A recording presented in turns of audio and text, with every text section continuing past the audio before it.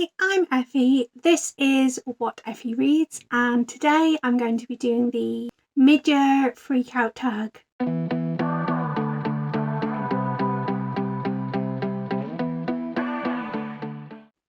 I'm not 100% sure who started this tag, but I will pop links and whatnot in the description.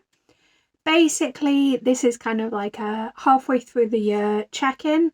Also, I'm not sure I'm convinced about my makeup look today, so please let me know if it's a thumbs up or thumbs down. But anyway, let's get stuck in. So these questions are possibly going to be in a bit of a different order because they're just kind of the order that I've written them down. So the first question is best sequel that you've read so far in 2022, and that is hands down A Mirror Mended by Alex E. Harrow. It is the second book in the Fractured Fables series, and I am absolutely obsessed with it. It is so good. It's sapphic. It took a completely fresh spin on this story and just absolutely love it. This series is portal fantasy based on classic fairy tales. So A Spindle Splintered, which was book one, was based on Sleeping Beauty, and A Mirror Mended is based on Snow White. It has really cool social commentary on kind of fairy tales and just life in general, as well as also having just such a good kind of love story at the center of it. I just loved it so much, and I'm not sure if it's out yet or if it's coming out soon, but seriously, everyone needs to read this book. On the other end of the spectrum, we've got most disappointing book that I've read so far this year, and that is Teen Killers Club by Lily Sparks. The premise of this book sounded absolutely amazing. It's basically teen murderers are gathered up and trained to be assassins, but your protagonist doesn't know if she was guilty of the crime or not. It sounded like it had so much promise, but it just had way too much going on. And I think it just needed to focus on one thing or another, because you had the assassin camp, you had figuring out if she was guilty or not. You also had a love triangle. I think there was some other stuff as well. But yeah, it just didn't quite live up to my hopes.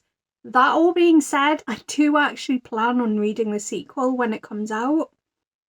The next question is a book that made you cry, and there's no question that At the End of Everything by Marika Nieschamp made me sob. I think there's two books that I've read that have made me sob as much as At the End of Everything made me sob. And those two books are A Little Life and The Arrival of Someday. So the premise of At the End of Everything is that a group of teenagers are in a young offenders rehab facility type thing. And then when a pandemic happens, they are just abandoned as they are seen as less worthy than other people. It is utterly heartbreaking, but at the same time, it's a really kind of powerful story about these kids trying to survive against all odds. The next question is a book that made you happy, and it's possibly a bit of a strange one, but Grown by Tiffany D. Jackson. And the reason that this book made me happy was the way that I felt seen. So this book centers around a 17-year-old girl who catches the eye of a 28-year-old singer. I think he's 28 anyway. He is substantially older than her. and basically she kind of gets swept along. And there was people being like, oh, well, it was fine, it worked for us, and like being like, oh, well, she's an adult. And whilst that discourse was happening, at no point did the book make it at all ambiguous the fact that this relationship between a 27-year-old, between a 17-year-old and a 28-year-old was okay. Like, throughout it all, it was very clear that this was not an okay relationship. And it just made me so happy that it was so unambiguous about it. The next question is most anticipated releases for the second half of the year.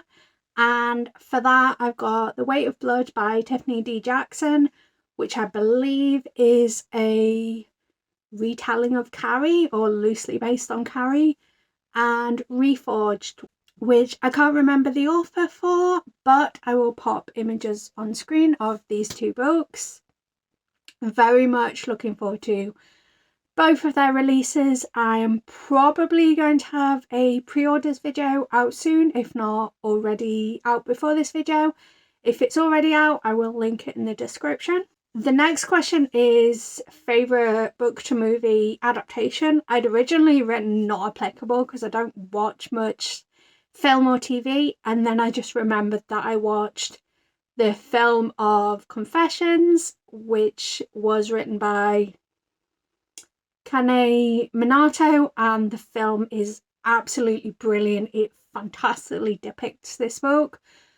The story is basically a teacher decides to quit her job, but on her final day she has one last lesson to teach, and it's all to do with the death of her daughter. The next question is most beautiful book that you've obtained this year, and for that I think it's going to have to be the Illumicrate edition of This Woven Kingdom. It's kind of put away over there, but I will try and pop an image on screen if I can find one of this edition. It is so incredibly beautiful, but I'm kind of scared to read it because it is that beautiful. I have read this book already and love it, but I just mean I'm kind of scared to read this edition. For newest fictional crush, I would say that it's either Lord John Grey from the Outlander series or the Evil Queen from A Mirror Mended.